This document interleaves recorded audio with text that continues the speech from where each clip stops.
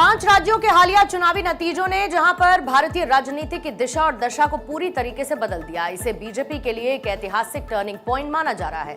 पश्चिम बंगाल जैसे अभेद्य किले में पहली बार प्रचंड जीत हासिल कर बीजेपी ने सत्ता की दहलीज पार की, तो असम में पार्टी ने जीत की हैट्रिक लगाकर अपनी पकड़ को और मजबूत कर लिया। इसके साथ ही पुडुचेरी में बीजेपी अलायंस की वापसी, केरल में कांग्रेस की वापसी, तो तमिलनाडु में विजय की पार्टी के उभार ने देश के राजनीतिक पटल पर एक व्यापक और नई तस्वीर पेश की है।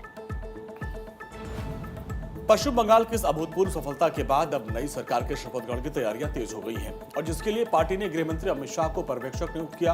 बंगाल की यह जीत केवल एक चुनावी आंकड़ा नहीं है, एक राजनीतिक संदेश है कि बीजेपी अब उन दुर्गम क्षेत्रों में भी अपनी जड़ें जमा चुकी है जहां पहले उसकी मौजूदगी नगण्य थी।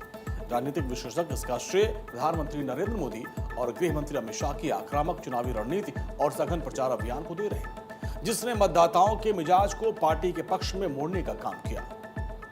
प्रधानमंत्री नरेंद्र मोदी ने अपने अभियान के दौरान भ्रष्टाचार, हिंसा और कुशासन के विरुद्ध परिवर्तन को मुख्य मुद्दा बनाया और जनता के सामने विकास की 6 प्रमुख गारंटियां रखी। उन्होंने विशेष रूप से युवाओं और महिलाओं को संबोधित करते हुए कानून व्यवस्था और रोजगार के वादे किए, साथ ही घुसपैठ और सिंडिकेट राज जैसे मुद्दों पर कड़ा प्रहार किया। पीएम मोदी ने केंद्र की योजनाओं में राज्य सरकार द्वारा बाधा डालने के आरोपों को प्रमुखता से उठाकर जनता को यह भरोसा दिलाया कि बीजेपी की सरकार राज्य को विकास की नई गति प्रदान करेगी, जो मतदाताओं के बीच में काफी असरदार रहा।